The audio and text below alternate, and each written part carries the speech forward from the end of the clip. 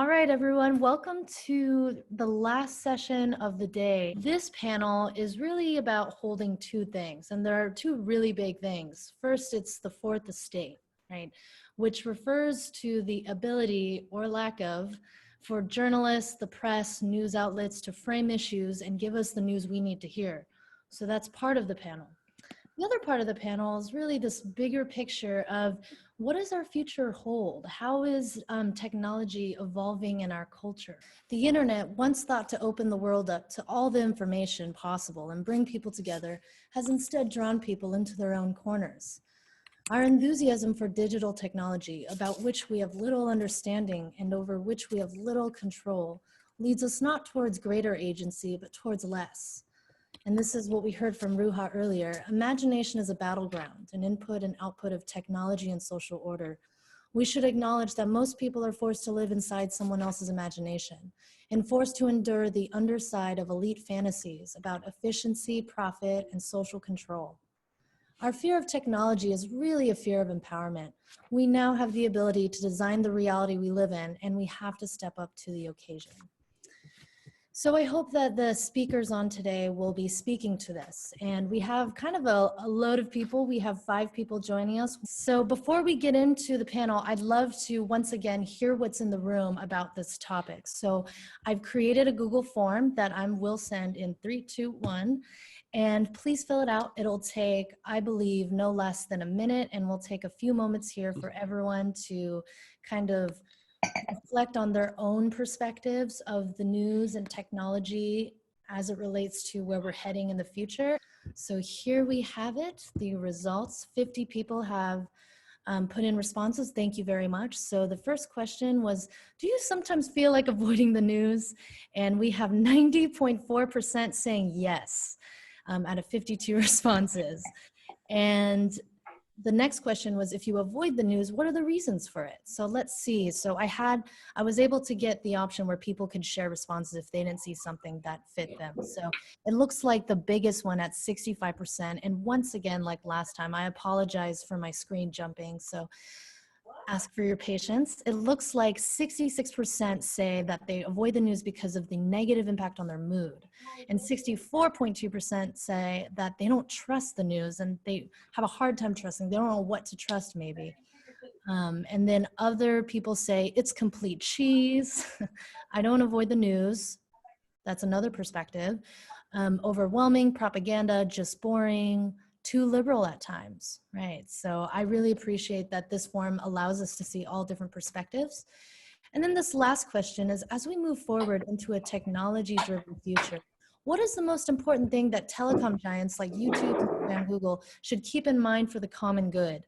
So this is another thing that I allowed people to add their own responses, but it looks like 71.4% say privacy is a big thing to consider. Then next is 32. I'm interested, I know this blank one was public health and community safety at 57.1%. I know it doesn't share that. And then we have at 55.4% environmental health. And then 44.6 at not funded by special interests or dark money. And 41.1% making sure that they ensure equitable and affordable access to disadvantaged communities. And then the last but not least, creativity and entertainment. So really nice to hear what's in the room before we begin the panel. And let's just hop into the questions, shall we? Elliot, this first question for you is, in your eyes, what is the state of our current media news system? And what do you think is working and what do you think is not working? I think it's sort of funny that I'm going first, given that I may be the only person on that panel who is not and has never been a journalist of any kind. You know, as a novelist, I make things up for a living, and that gives me a sort of a weird perspective when I look at the world. And for me, as a science fiction writer, where I'm not only writing about made-up people, but also writing about them doing made-up things in made-up times and places, I try to look at the world both from a 30,000-foot level, like what are the really, really big picture questions that might be, that if you were reading a history book a century from now and looking back, that you would pay attention to. And then also at a very, very, very micro level, fiction is about people, and it's from the perspective of individual people in their own hearts, in their own minds, in their own lives. And so when I look at the media ecosystem today, I always try to ask, what is the bigger context behind it? How did we get to where we are today? I think it's also really important to remember how technology has impacted the previous media landscapes that we lived through. I think back to the first sort of what we would consider modern newspapers. And most of the folks who started those modern newspapers were not what we would consider today to be emblematic of like strong fourth estate journalism. The founders of the New York Times famously did it because they saw a great advertising business opportunity. And then because of the technology that allowed for cheap printing, they were able to build local monopolies. Feel free to pick up copies of these. I actually offered Ken earlier 10 copies of our books for free. So if you want to email Ken, let me know. If you're interested in getting them after the conference, you can go to www.projectcensored.org. I'm actually happy to share free copies of PDFs with any students or faculty if you want them. And that'll take hours of the things that I don't have time to say. So everything Elliot said times 10, right? And I know Russ is going to have more things to say, so I'm going to try to cut to the chase. What's working, what's not. 100 years ago, Walter Lippmann in Liberty and the News said there's no higher law than to, no higher law for journalism than to tell the truth and shame the devil. I think we maybe lose sight of who the devils are. Often the devils are the owners. And the big picture, if we're going to helicopter out and look at the big problem that we face, whether it's in the robber baron era of Pulitzer and Hearst, or whether it's the rise of yellow journalism to drown out muckraking reporting, or whether it's the fight between print media and radio, where the whole War of the Worlds debacle came from to try to discredit radio as propaganda, or whether or not it's later on television on the radio, or whether it's video killed the radio star, or whether it's FCC regulatory capture and what's going on with the internet. And Russ writes a lot about this stuff with net neutrality that's so important for what's going on right now. But the big helicoptering out of all this, the big problem is capitalism. The big problem is that we have a commercial media. We do not have a public media. Yeah, we've got NPR and we've got PBS. But that's mostly funded by corporate money. It's funneled through Congress, which is also, addled with lobbyists. The main problems that we face really as a society that are linked to the fact that we don't have a true public interest media are the four major themes that we outlined in our book, United States, a Distraction. The United States has, because of neoliberalism, and because this has all happened in the post-World War II world, we have a pervasive commercial entertainment culture. We have increased hyperpartisanship. We have a fragmented media landscape and an ineffectual education system. And it's kind of riffing on where we started hours ago in the very first session. If we're not careful, we're going to end up where we're heading, right? Paraphrasing Lao Tzu. We've been heading here for a long time. The problems are legion, but we're well aware of what they are. And there have actually been a lot of people that have warned us about them and told us about them, whether it was Marshall McLuhan or whether it was Daniel Boorstin, historian of the image in pseudo events in society, whether it was Carl Jensen, the founding of Project Censored, whether it was Ben Bigdickian on media monopoly, Edward Herman and Noam Chomsky on the propaganda model, Postman again, amusing ourselves to death in Technopoly. We could go on and on and on. And now I'm sitting here, we got great work from people like Russ, Victor Picard. Like, we've got people throwing solutions at us left and right. What we lack is political will and control over our political system to implement these changes. The COVID 911 crisis we're enduring right now allows us a strange opportunity to demand public interest journalism, not just for public health physically, but mentally and intellectually. And that's what journalism is supposed to do, and when it does it best. And so we call for that in our book when we call for solutions called Make America Think Again. And we actually have a whole listing of things that we can be doing pedagogically.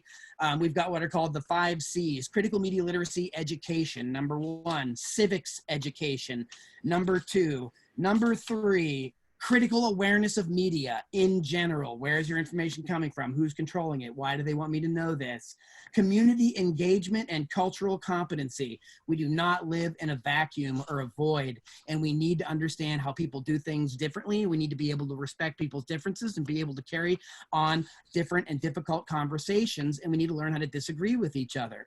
We need to broaden our news frames. We need to have more educational news media. We need to radically support whistleblowers and truth tellers everywhere and realize that we're in the midst of an information war, and we need to reclaim the means by which we inform ourselves and inform each other. And a big part of that is us being the media. And again, all I can say is we need a radical and vibrant free press, and we need it now. We need to agitate and advocate for full public funding into the billions of dollars in a sustained way. And it's totally doable when we see the tax write-offs, the boondoggles, and the support of fossil fuel and everything else. We've got the money. We need to will to do it, and we need to push for it. So with all of that, I would leave us with the quote from the great Emma Goldman. The most unpardonable sin in society is independence of thought. And, we really need to encourage each other to be critical thinkers, independent thinkers, and we really need to learn how to continue to have these conversations in public forums about all of the challenges we face. Free press is part of the US Constitution.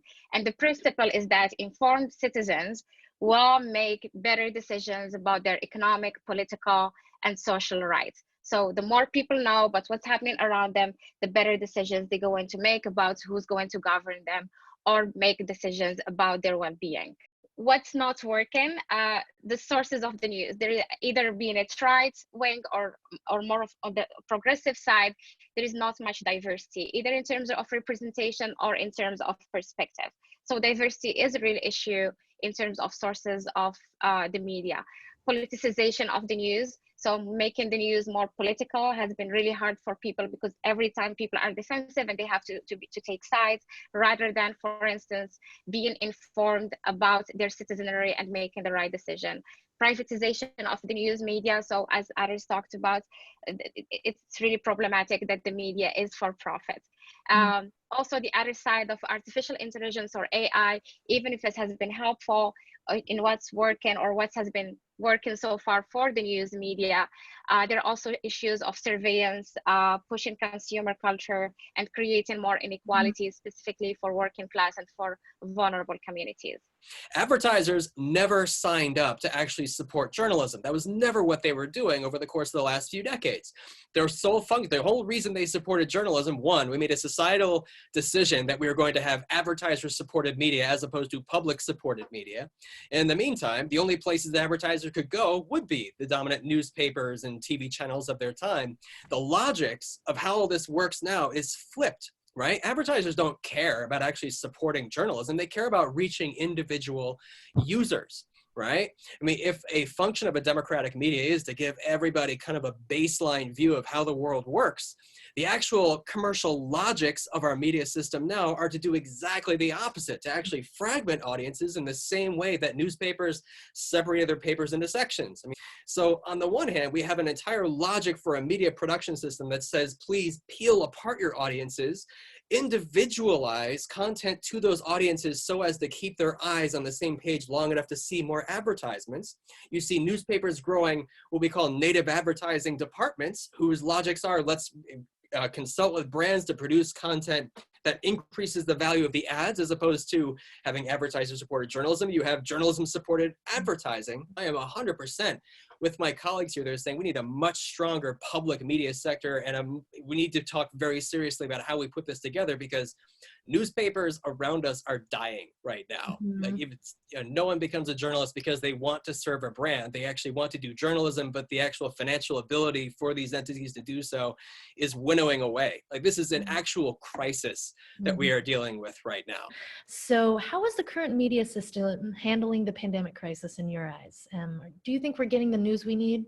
I mean, I think the question is, who are we, right? Like, if you're saying, are we getting the news we need? I mean, it really depends on who you are and what you think you need.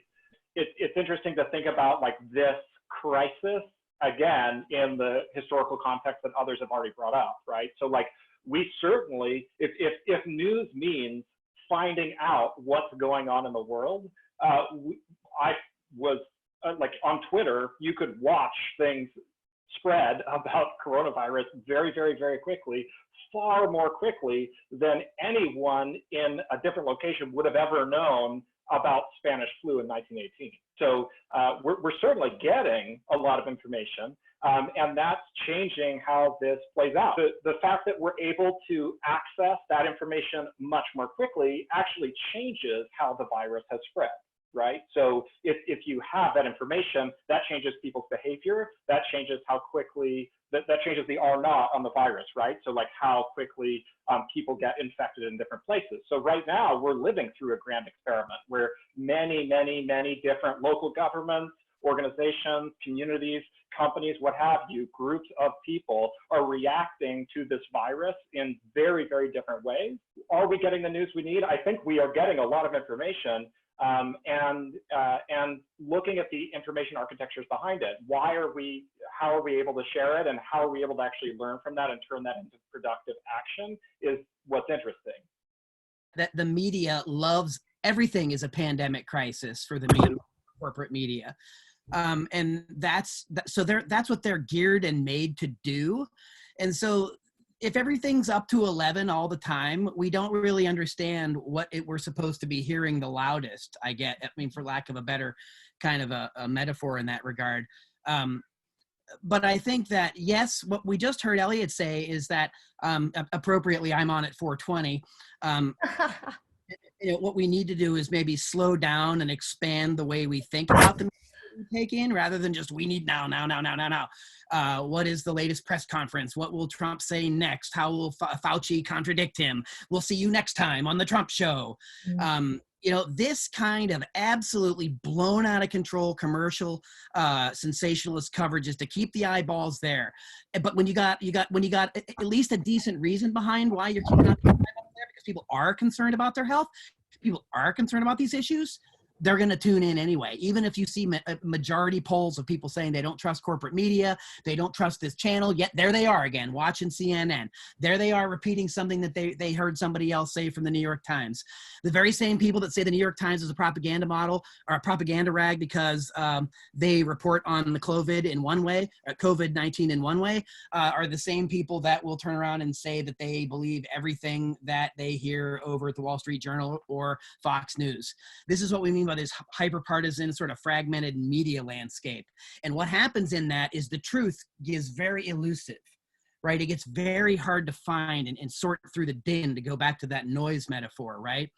And so I think that corporate press in particular is really doing a great job of scaring the hell out of everybody. Because COVID is very scary, and this is a scary thing. But in the process of scaring people, they're not really handling the way that people are responding to it. And even with the way we have these protests and people that are concerned about economic situations, they're again framing them back in these sort of siloed ways. Like, oh, here's the Trumpers, and here's them in their trucks and their guns, and they're like what was the they're like. Oh, come on, Rosa Parks. Yeah, they're like, I mean, again, it's this constant framing and the propaganda that we see that, really has made corporate media in many ways irrelevant, other than something that stirs the pot and causes these problems. So the short answer, if there isn't one, but the shorter answer is that I don't think we are getting the news we need. And that's why we have to be critically media literate. We have to ask all the right questions about all the sources of all the places we get all our information all the time. Are you tired yet? Because we will be. But this is why I think we really need to have a truly vibrant, independent press. We need to have a solidly publicly supported and publicly funded media in the public interest, not commercial private interest. And we need to basically run it like you run a tenure system in an honest university system. Keyword honest. One that's not totally captured also by corporate money with big pharma endowed chairs of this professorship in immunology, like Moffitt over at UPenn, where there's all these behind the scenes conflict of interest that the general public are just never aware of at all. And by the way, we didn't even get into social media because I'm out of time. Maybe Russ will get into that or so on, but we're not even getting into bots or algorithms, the problems with algorithms, algorithms, the way they target certain audiences to exacerbate confirmation bias. I mean, we're really in the thick of it, man. And that's why the subtitle here of Censor 2020 was Through the Looking Glass. And you can see the great work from Anson Stevens Boland with Alice the Immigrant at the border with the border guards, and Trump the Cheshire Cat, right? And the smoking hookah above the White House, right? Those images are pretty rich in the times in which we live. And I think we really need to help share not just solid factual information with each other, but also positive and solutions-oriented information so that we don't get saturated and brought down by negativity bias. That there is no reliable official source that is capturing kind of like the complete impact of the pandemic. Early on, for instance, media reports and pundits were saying that the virus was unimportant, and this was something that is happening over there in China, something we shouldn't worry about because America is the exceptional country, exceptional state, and nothing will harm it. So kind of like this American superiority and looking at every other country as inferior kind of like impacted also the way the media and political system have dealt with this. And going back to what Mikey was saying, the media has not been addressing the people. People are going through economic, mental, social impacts. So how can we address that? How can we address the people? How could we help them get through it? We're just talking about this pandemic, and it became kind of like Trump versus the rest of the world, and and it's very sensationalized, and we're not really talking about the people. The crazier a solution to the COVID-19 virus that Trump can give, be it ingesting disinfectants to swallowing razor blades or more, the more CNN likes it, as much as they hem and haw about the problems of such suggestions and the lack of reaction from his medical staff. What Siva Vaidyanathan, in one of the most important books of last year called Anti-Social Media, highly recommend, very readable book, calls about weaponizing homophily, recognizing that we all tend to gravitate toward resources that we tend to agree with. And in another equally important study that colleagues at Harvard, Yochai Benkler, Robert Ferris, and Hal Roberts, this book, Network Propaganda, absolutely fantastic. They do link tracing, and it turns out the right wing in the US has it has its entire own separate media universe. I guess it's actually this side of the screen for all of you that are not me. So the right wing actually is very virulent in sharing information amongst themselves. There's even a commercial logic contained therein that says going against something that is being shared is actually commercially less viable than just going along to get along. I mean, there's reasons that certain Fox News journalists who were trying to rebut some of these messages end up leaving the network. On the left, we don't have a comparable type of infrastructure. Instead, it's an entire kind of mishmash, and the act of doing objective journalism that counters some of these narratives in the right wing ends up looking like political efforts, which points to, again, getting to a place where we have a media system that has a strong dose of public funding that addresses all these kinds of implicit biases that commercialism itself instills. And I'll just finish with this last note that everybody out there should be watching every single interview that Trump's campaign manager, Brad Parscale, gives. This is a guy that knows that the purpose of Facebook is to show every single person a mirror of themselves, to say, Trump is this to you, I'm going to show you back to yourself. He describes pounding out tens of thousands of pieces of content that are then tested using machine learning and artificial intelligence just to test, is this audience receptive to this? What about this? What about this? Okay, now we've got this honed over here. Now let's try something over here. This is a guy that knows how to manipulate this system to an end that very well could get Trump reelected, despite telling us to drink bleach. Everything we're talking about here, these are not technical problems. These are all political problems. And political problems require political solutions. So what I would love to see going forward is a continued building of a broader movement to instill at some level policies that would enable a more public interest media to exist, because that's really what it comes down to. When you create the conditions for it to exist, create opportunities for the financing to be there so it can exist, these are things that just require political will to mirror a point that everybody else has been making on this panel. Almost everything that you heard here today is not on CNN. Almost all the people that are talking here and all the information, it's totally legit. It's out there. It is factually sourced. It's published. There's books. There's there's things, but the so-called mainstream of society rarely gets to see it because they have a myopic diet of where they get their media and information sources. And that goes back to critical media literacy education. And so what we're trying to say here in a very truncated, fashion is not just what's wrong with media, but what needs to be done to correct it so that it works in the public interest. If we had public interest, publicly funded media, all of this information would be widely accessible. If we could easily call out the conflicts of interest behind the school board in the school that got millions of dollars from Coke for the scoreboard, we'd suddenly realize why they're pushing Coke in the school, no pun intended, Coca-Cola. But you get my point. This is why they're pushing the Coke of the dopamine of the tech stuff. It's like, hey, Bill Gates comes and we got money for this and we're hurting for money because the state isn't giving education the money because they're putting it all into the F-35 planes that don't fly. All this stuff is connected. It's all connected. And when you have a news media, a fourth estate that does its job by connecting the dots to do what George Seldy said in the 20th century, was journalism's job is not to be objective or impartial, it's to tell the public what's really going on in a meaningful way such that they can come away with useful information, do something with it. So in closing, especially we find ourselves not only in a contentious election year, we're also in this pandemic, right? We really need to embrace communication strategies based on critical thinking, related pedagogies. We need to work through conflict resolution and communication practices. We need to have not partisan bickering or confirmation biases. We need to reject notions of post-truth. We need to, where alternative facts buttress fake news propaganda. What we need to do is seek out and promote factual, transparently sourced information. I said this before. We got to revitalize our local news deserts with non-commercial public interest journalism so we can rebuild public trust in the free press. We've got to embrace and support public education, given the crucial role it plays creating a just society. And in the end, we really need to come together and repair many of the fractured components of our civic sphere. That's how we're going to make America think again. And that's how we're going to be able to really kind of take back these resources that have been privatized and then used against us. Anyone who has the accessibility to their political rights, they should voice their voices. So the system should change, because you're not the only ones who are struggling. Other people who don't even have the benefits or the accessibilities or the privileges that you have are also suffering from your own decisions.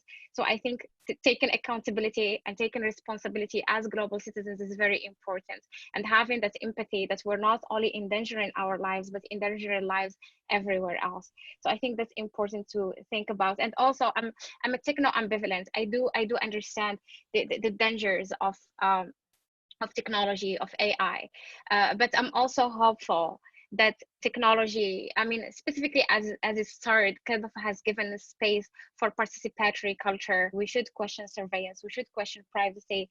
I know when I ask my students, do you worry about privacy? Do you worry about surveillance? Most of them, they're like, well, as long as I don't do anything, why should I worry about it? But again, this is the problem. And I always tell my students, you're either the product or you're using the product. So make that choice in that sense. Being right should be the most important and should be the qualifier of news. And also holding those in administration accountable about their lives is the other, I think, step.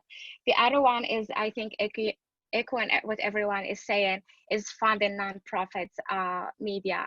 This is what we need. We can't have privatized media telling us what we should think and how we should think or what we should think about. And finally, I can't kind of emphasize this enough, diversifying media voices, diversifying representation, and having transnational voices represented, people of color, people of different backgrounds represented in the media. So Stewart Brand has a great framework for thinking about the future, which is called, he calls them pace layers. So it's a way to describe how the world changes at different speeds, how different parts of the world change at different speeds. So the fastest thing is like fashion, right? So you can literally see that when new clothes come out, or you can see that on whatever the new trending topic is, right? So like things that change very, very, very quickly. Then you have the next pace layer up. It's a little slower. It's the commercial pace layer. So you could imagine that that's like us going from personal computers to laptops to the iPhone, or from MySpace to Facebook to Instagram. These are changes that take years. So they're not changing from today to tomorrow. They take years, but they still change pretty quickly. And then things that take a little longer than that are infrastructure. So they're the highways we drive on. They're BART, right, that we take around the city. They're, the electrical grid, or the way that food is distributed throughout the country. And those things often take, on the order of a century to truly build, or to change meaningfully. And then beyond that, you have culture, the base layer of culture, which is the stories we tell ourselves about ourselves, the stories we tell to make sense of the world around us and to learn how to live. And then finally, at the very, very top, you have nature. So that's like evolution, how our DNA actually changes over time. And so, I would just encourage folks who've borne with us, not only for this session, but for the whole day, to understand that, we've talked a lot, every single panelist has all of this insight, and we've talked a lot about how our current media landscape is broken, right? Like how technology keeps changing how things work, and how, who has more power and who has less, and who's corrupting it and why, and how we can go about fixing it and actually gaining the kind of public interest media we want to see. And I would just complement that by saying that, really what we're looking at is we're looking at things that are changing very quickly, like that commercial side, right? So like all of these technological changes that are shifting the game, they're changing the rules of the game.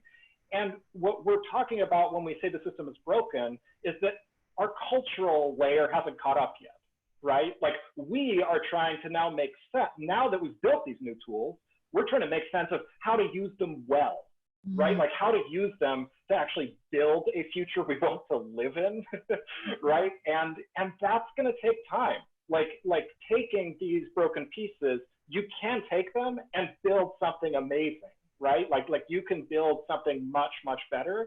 But to take that sense of urgency that, that we want to take action and we want to see change, also arming yourself with the knowledge that it will take time can often be the thing that lets you not burn out, right? So if you're Mickey and you're Ross and you're Fatima, everybody else, and you're thinking about these issues all the time, it's easy to get sucked into this downward emotional spiral internally where you're like, oh my God, like it's still broken. Like we know what to do, but it's still broken. And I always find that to be a really helpful reminder for myself when I take a step back and I say, okay, like it is still broken, and we can still fix it. The game isn't over. This is a game that we will play, that our children will play, that our grandchildren will keep playing. And that's the time scale like at which we win.